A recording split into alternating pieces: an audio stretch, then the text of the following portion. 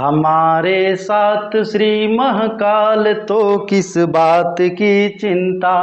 हमारे साथ श्री महाकाल तो किस बात की चिंता।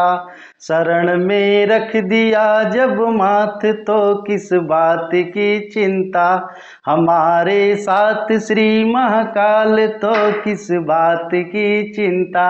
शरण में रख दिया जब माथ तो किस बात की चिंता। नमस्कार दोस्तों, कैसे हैं आप लोग। मैं विवेकानंद मिश्रा, जनपद देवरिया, उत्तर प्रदेश से। जितने भी इस समय प्यारे प्यारे बच्चों इस वीडियो को देख रहे हैं, उन सभी बच्चों को हमारे तरफ से 2024 की ढेर सारी शुभकामनाएं और बधाइयाँ। आप लोग मन लगा से पढ़िए और मैं आप लोगों के साथ बिल्कुल तन मन से लगा हुआ हूँ, ताकि आप लोग हिंदी में कम से कम 100 में 95-96 नंबर पा सकें। जो भी इस समय अध्यापक बंधु और प्रधानाचार्यगण जुड़े हुए हैं, उन सभी को हम हृदय की गहराइयों से बहुत बहुत स्वागत करते हैं, वंदन करते हैं, अभिनंदन करते हैं। जितने भी अन्य लोग जो हमारे वीडियो पे जुड़ रहे हैं, आइए आज हम लोग शुरू करते हैं कक्षा 12 का रॉबर्ट नर्सिंग होम। जो साइंस के बच्चे हैं और जो आर्ट के बच्चे हैं, दोनों लोगों के लिए लेसन है कन्हैयालाल मिश्र प्रभाकर जी के द्वारा लिखा हुआ रॉबर्ट नर्सिंग होम। एक हॉस्पिटल की कहानी है जहां पे कन्हैयालाल मिश्र प्रभाकर जी जाते हैं अपने मरीज को लेकर के, उसी की कहानी है। हम लोग पढ़ेंगे, बहुत ही अच्छी कहानी है और एग्जाम की पीरियड से देखा जाए तो बहुत ही अच्छा है, बहुत ही इंपॉर्टेंट लेसन है, तो इसीलिए आप लोग इसको ध्यान से पढ़िएगा। लेसन शुरू करने के पहले मैं आप लोगों से एक छोटा सा रिक्वेस्ट करना चाहता हूं कि जो लोग भी बच्चे, जो प्यारे प्यारे बच्चे इस वीडियो को देख रहे हैं, हमारे चैनल पे अगर नए आए हैं तो चैनल को प्लीज सब्सक्राइब कर लें, लाइक कर लें और ऑल का बटन दबा दें और अधिक से अधिक शेयर करने का प्रयास करें। तो आइए हम लोग अपना बात को जो है कि यहीं समाप्त करते हुए मैं चाहता हूं कि जल्द से जल्द टाइम बर्बाद न किया जाए और अपने चैप्टर को शुरू किया जाए। आइए हम लोग अपना चैप्टर शुरू करते हैं। Robert nursing home, Kanhaiyalal Mishra Prabhakar ji के द्वारा लिखा हुआ ये लेसन है, बहुत ही अच्छा लेसन है। आइए क्या होता है। कल तक जिनका अतिथि था आज उनका परिचारक हो गया, क्योंकि मेरी अतिथ्या अचानक रोग की चपेट में आ गई और उन्हें इंदौर के रॉबर्ट नर्सिंग होम में लाना पड़ा। कल तक मैं जिनका अतिथि था, अतिथि का मतलब क्या होता है। हम किसी के घर जाते हैं अतिथि बन करके, मेहमान बन करके जाते हैं। तो हमारा जो लेखक है कन्हैयालाल मिश्र जी प्रभाकर जी हैं, वह किसी के घर जाते हैं मेहमान बन करके, अतिथि बन करके। लेकिन जब उनके घर जाते हैं तो क्या हो जाते हैं, उनका वो परिचारक हो जाते हैं। परिचारक का मतलब होता है सेवक, नौकर। क्योंकि अतिथ्या जो है, अतिथ्या यहाँ पे प्रयोग इसलिए हुआ है क्योंकि एक वो महिला है।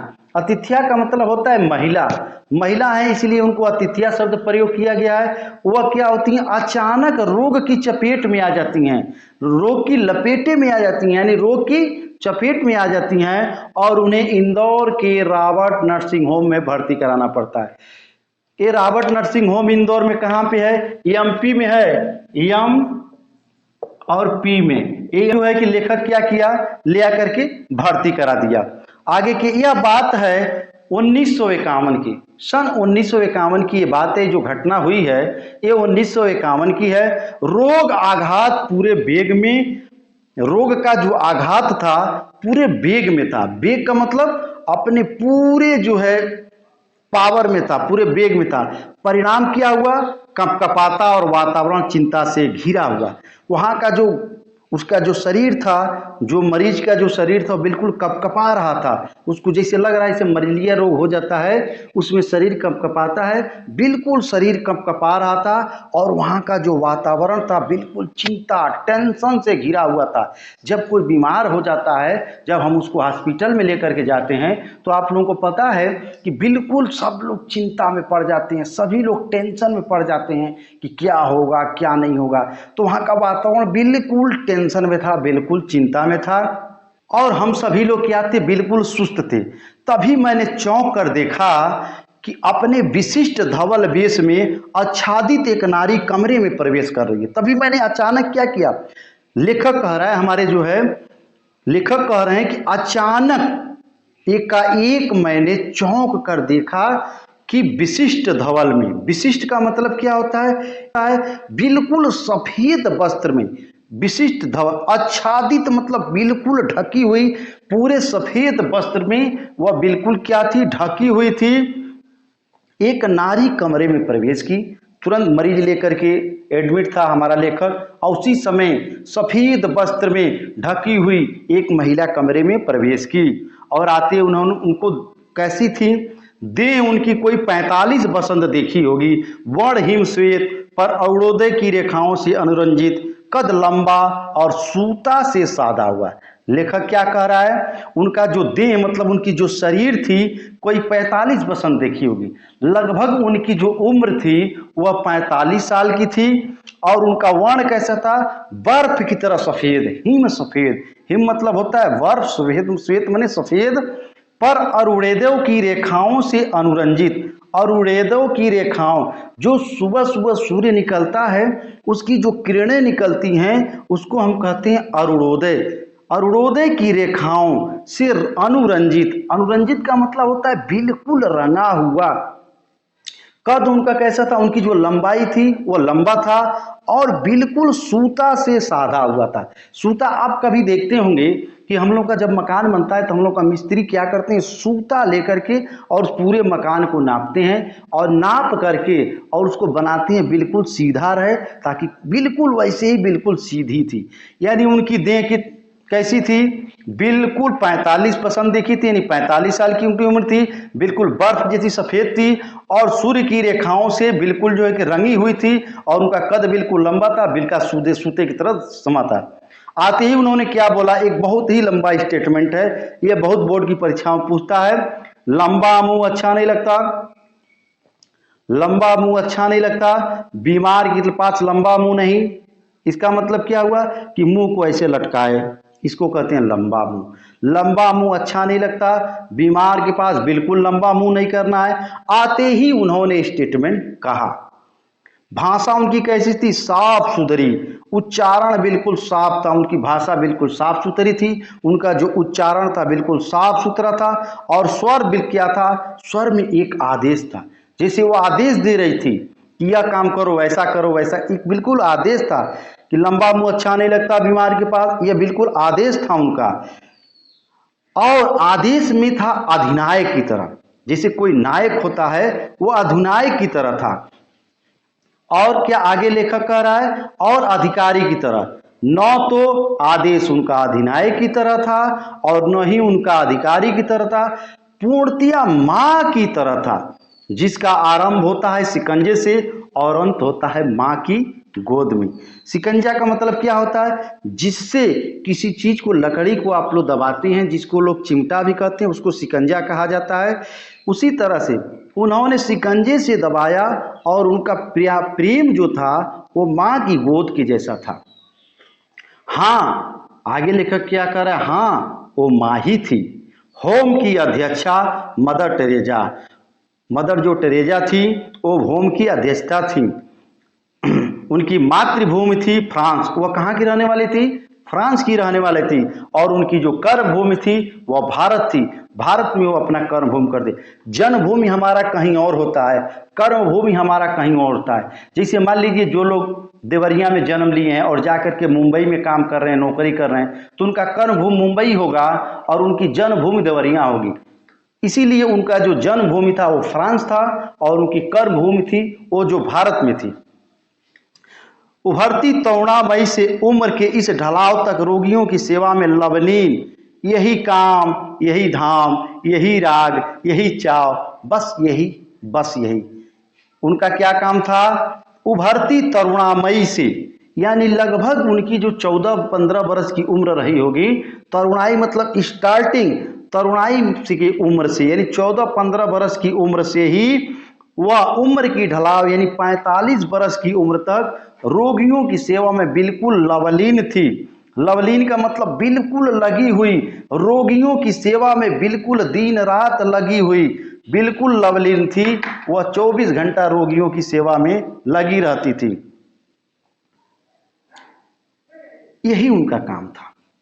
का रोगियों की सेवा में लगे रहना, और यही उनका राग था। राग मतलब प्रेम, और यही उनका चाव था। चाव का मतलब होता है शौक। वह शौक से ही काम करती थी। जो भी रोगियों की सेवा करती थी मदर टेरेजा, वह शौक से करती थी, किसी दबाव में नहीं करती थी। बस यही 24 घंटा इसी में उनको लगे रहना, और कुछ नहीं था। उन्होंने रोगी के दोनों म्लान कपोल अपने चांदनी चर्चित हाथों से ऐसे थपथपाया, और उसके सूखों अधरों पर चांदनी की एक रेखा खिंच गई, और मुझे लगा कि वातावरण बिल्कुल तनाव कम हो गया। लेखक क्या कर रहा है, उन्होंने दोनों म्लान, म्लान का मतलब कहते हैं बिल्कुल दुखी, म्लान का मतलब गंदा भी होता है। जब कोई बीमार होता है तो बिल्कुल दुखी होता है, बिल्कुल दुखी होता है। और उनका जो दुखी गाल था, कपोल मतलब होता है गाल, यानी दुखी गाल पर अपनी चांदनी चर्चित, ये जो हाथ है बिल्कुल चांदनी की तरह चर्चित हाथों से उन्होंने ऐसे थपथपाया, तो उसके सूखे जो अधर थे, अधर मतलब होता है होठ, जो उसके सूखे ओठ थे वो चांदी की तरह बिल्कुल क्या हुए, मुस्कुराने लगे। उस पर चांदी की रेखाएं खिंच गई, और लेखक को लगा कि वातावरण में कुछ टेंशन, कुछ दबाव कम हुआ। तभी एक खटाक, और हमारा डॉक्टर कमरे के भीतर। मदर ने उसे देखते ही कहा, डॉक्टर तुम्हारा मरीज हंस रहा है, तुम्हारा मरीज हंस रहा है। खटाक मतलब दरवाजा जब खुलता है तो खटाक दे करता है। उसी समय एक दरवाजा खुला, खटाक दे, और जो डॉक्टर था वो कमरे में प्रवेश किया। मदर ने उसे देखते ही कहा, डॉक्टर तुम्हारा मरीज हंस रहा है, तुम्हारा मरीज, जो मरीज था जिसको जो है कि लेकर के जो हमारे लेखक गए थे, उसको कहे तुम्हारा मरीज हंस रहा है। हाँ मदर, डॉक्टर क्या बोल रहा है, इन्वर्टेड कामा में है। आप लोग को मैं बार बार कहता हूँ कॉपी और पेंसिल लेके बैठिए, जो भी कठिन वर्ड से उसको लिख लीजिए। लेखक क्या बोल रहा है, हाँ मदर तुम हंसी बिखेरती जो हो, हाँ मदर तुम हंसी को बिखेरती हो। डॉक्टर ने अपने जाने कितने अनुभव यही एक ही वाक्य में गूंथ दिए। डॉक्टर ने अपने सारे बातों को एक ही शब्दों में क्या किया, गूंथ दिया। और मैंने भावना से अभिभूत होकर सोचा। लेखक कह रहा है ये सब चीजें मैं देख करके भावना से बिल्कुल मैं अभिभूत हो गया। अभिभूत का मतलब होता है बिल्कुल उसमें डूब जाना। मैं बिल्कुल डूब गया और सोचने लगा, जो बिना प्रसव किए ही माँ बन सकती है, वही 30 रुपये मासिक के योगक्षेम पर 20 वर्ष के दिन और रात सेवा में लग सकती है, और वही पीड़ितों के तड़पते जीवन में हंसी बिखेर सकती है।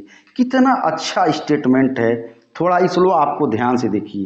कह रहा है लेखक, जो प्रसव किए बिना, प्रसव का मतलब होता है कि जो माँ बनती है, तो जहाँ पे बच्चे पैदा किए थे हैं उसको देखिएगा लिखा होगा प्रसव कक्ष। तो जब माँ बनती हैं, माँ बहनें जब बेटियां जो है कि माँ बनती हैं तो उसको प्रसव कक्ष कहते हैं।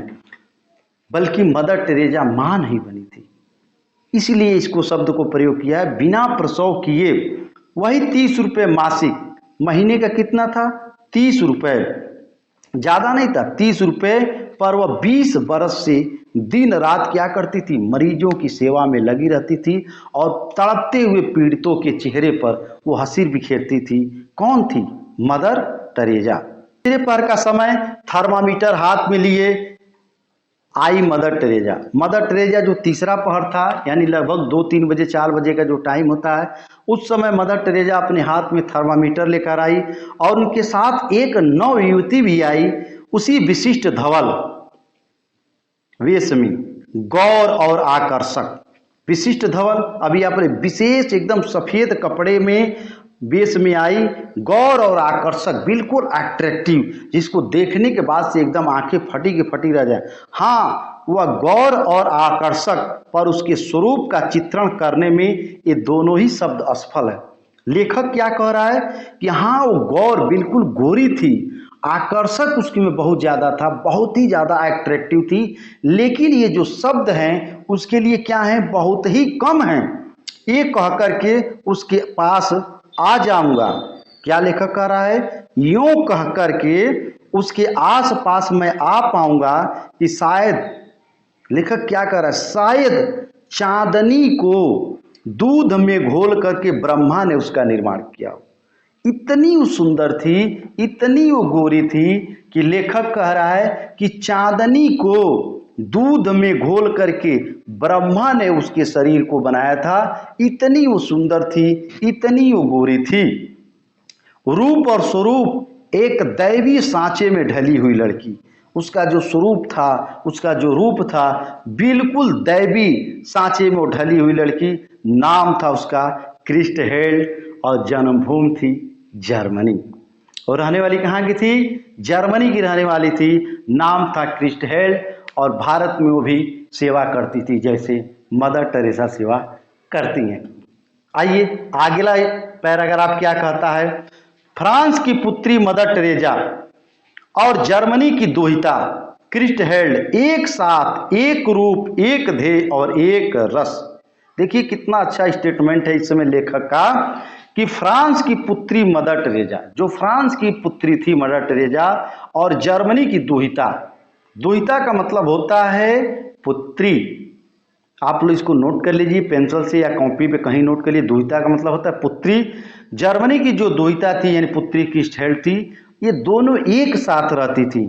इनका एक ही रूप था, एक ही काम था, एक ही ध्येय था। ध्येय मतलब होता है एक ही लक्ष्य था और एक ही रस था, यानी एक ही इन लोगों का प्रेम था, दोनों लोगों का प्रेम था। तुम्हारा देश महान है। लेखक क्या बोल रहा है? तुम्हारा इन्वर्टेड कॉमा में है, किताब आप देखिए। तुम्हारा देश क्या है? महान है, जो युद्ध के देवता हिटलर को भी जन्म दे सकता है।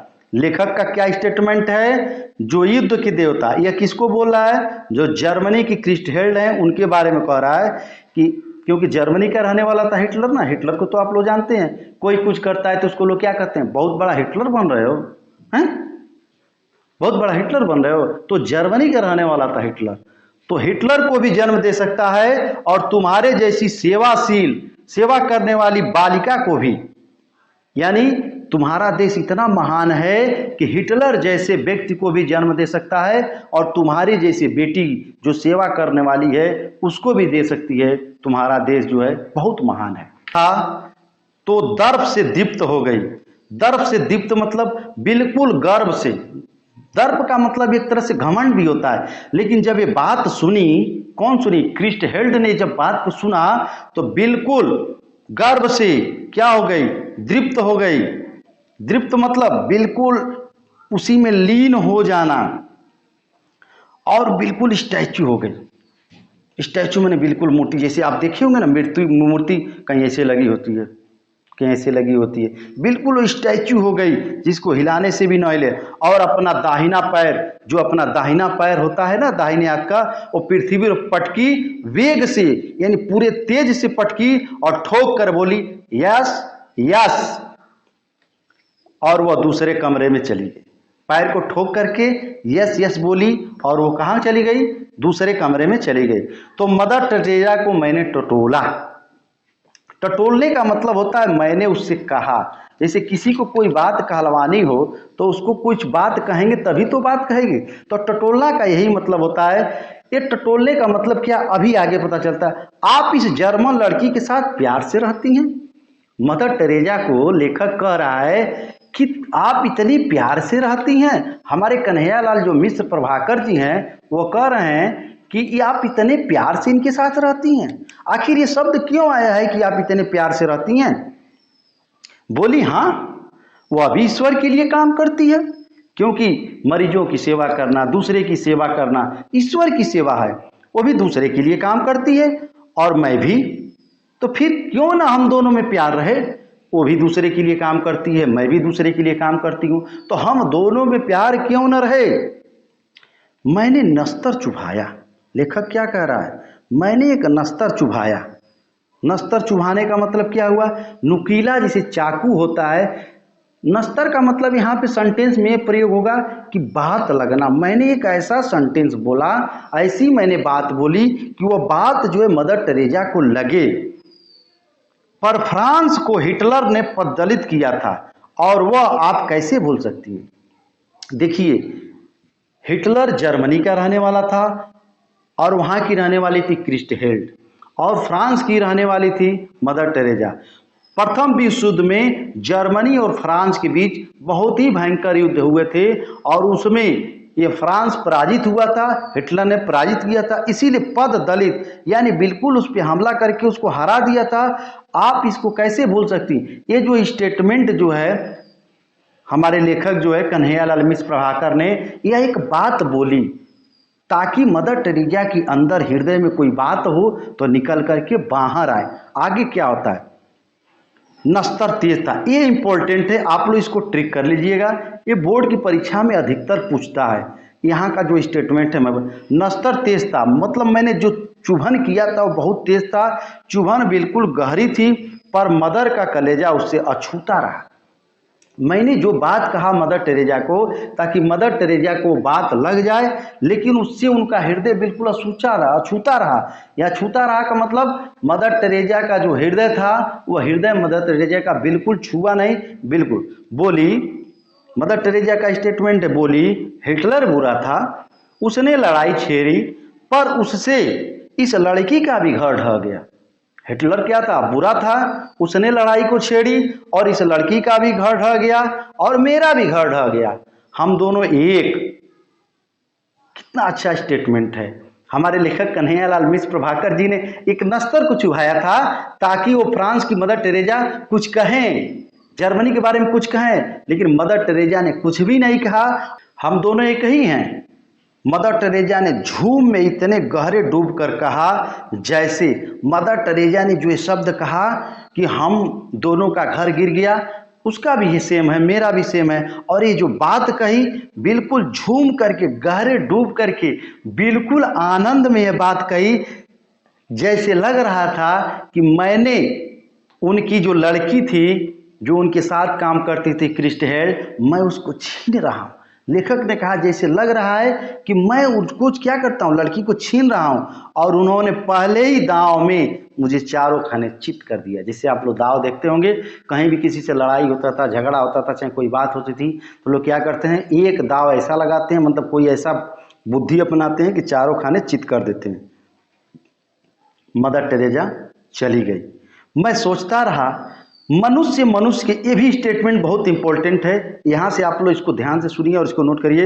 मनुष्य के बीच में कितनी दीवारें खड़ी की हैं, मनुष्य के बीच में कितनी दीवारें खड़ी की हैं, ऊंची ऊंची दीवारें, मजबूत और फौलादी दीवारें, बिल्कुल वो मौजूद दीवारें हैं, बिल्कुल फौलादी है, जिसको तोड़ने से भी नहीं टूटेगी।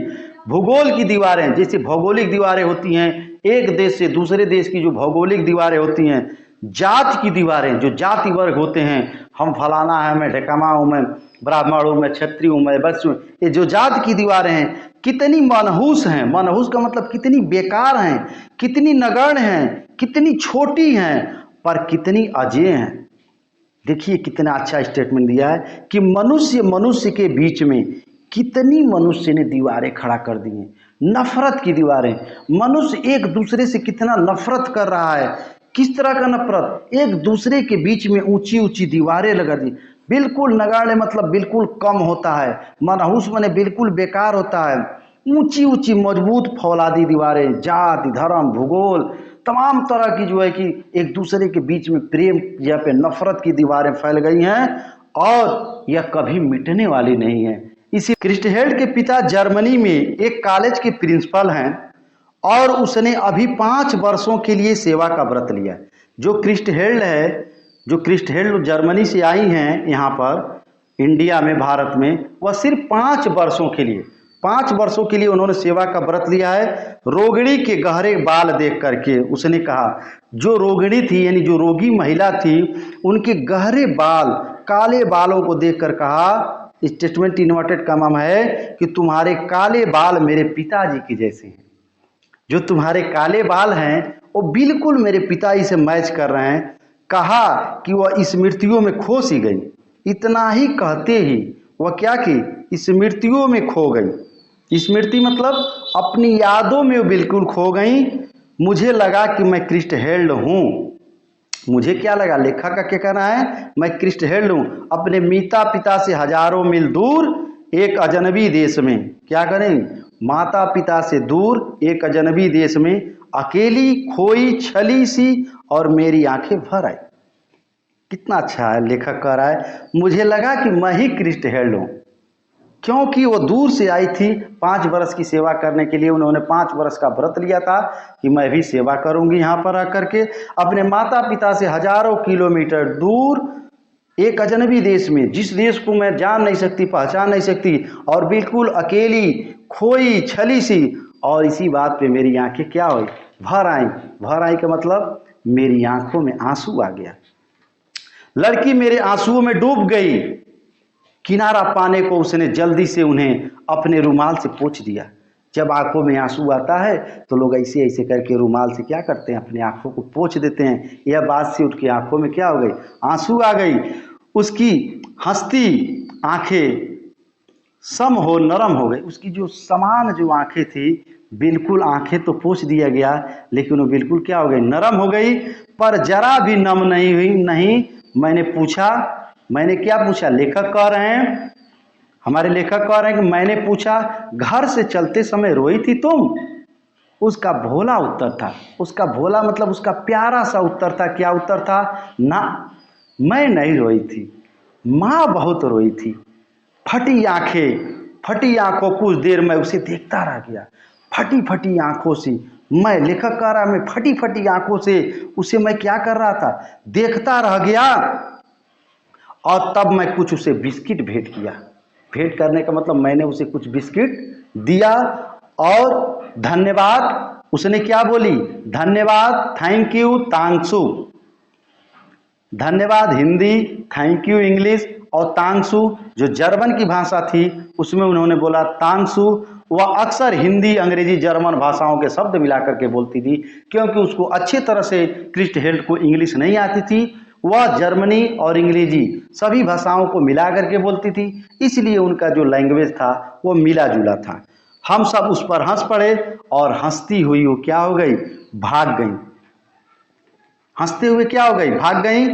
लेकिन मदर टेरेजा वहां पे थी। मदर टेरेजा बातों के मूड में थी। वो तो भाग गई, लेकिन मदर टेरेजा क्या थी, बातों के मूड में थी। मैंने के हृदय मानस के चोर दरवाजे में झांका।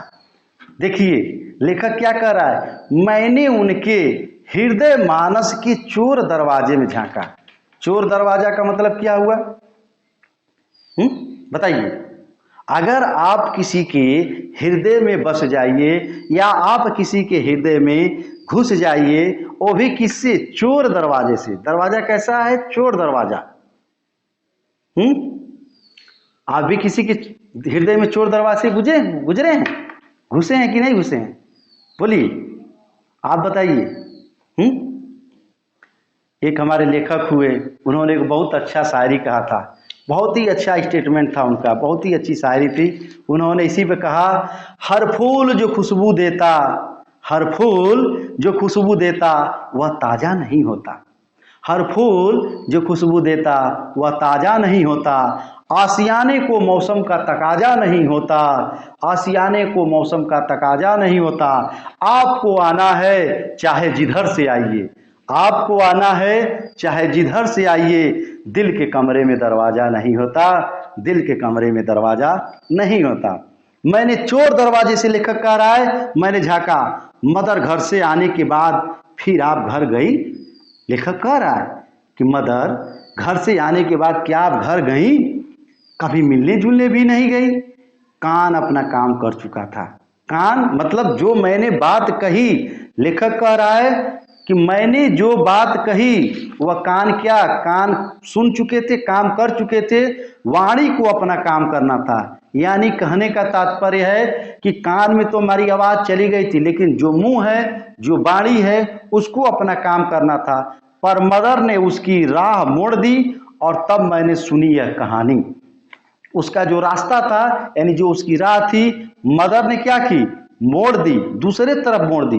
कई वर्ष हुए फ्रांस में विश्व भर के पूजा गृहों का एक सम्मेलन हुआ। मदर टेरेजा कह रही हैं, कई वर्ष हुए फ्रांस में विश्व भर के पूजा गृहों का एक सम्मेलन हुआ। भारत की भी 2 मदर प्रतिनिधि होकर उस सम्मेलन में थी।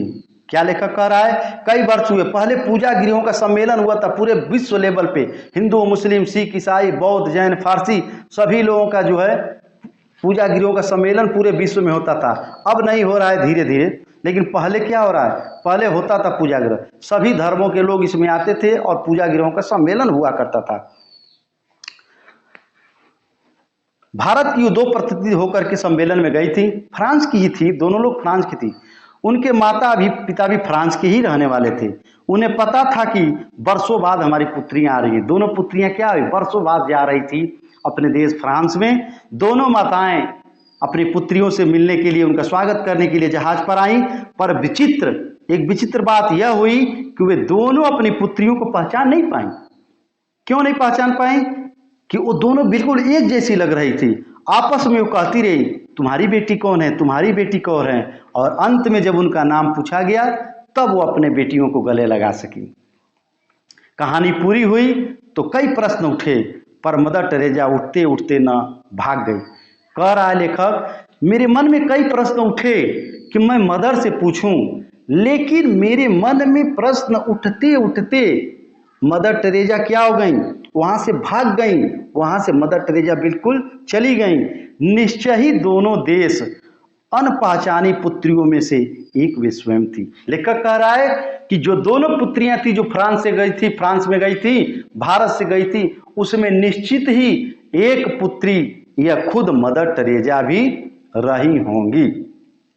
तो दोस्तों, आज क्या कैसा लगा यह part 1 Robert nursing home Kanhaiyalal Mishra Prabhakar के द्वारा लिखा हुआ यह पार्ट 1 है। पार्ट 2 हम लोग फिर पढ़ेंगे। तब तक जो है आप लोग अपना ख्याल रखिए। और एक बात और कह दे रहा हूं, अगर आप लोगों को वीडियो अच्छा लगा हो, इसकी व्याख्या अच्छी लगी हो, तो लाइक करिए, शेयर करिए, कमेंट करिए और जितना अधिक से अधिक हो सके लोगों को भेजिए और शेयर करिए। मैं तब तक चल रहा हूं इसके दूसरे पार्ट की तैयारी करने, मैं इसका दूसरा पार्ट बना रहा हूं। तब तक आप लोग अपना ख्याल रखिए। जय हिंद।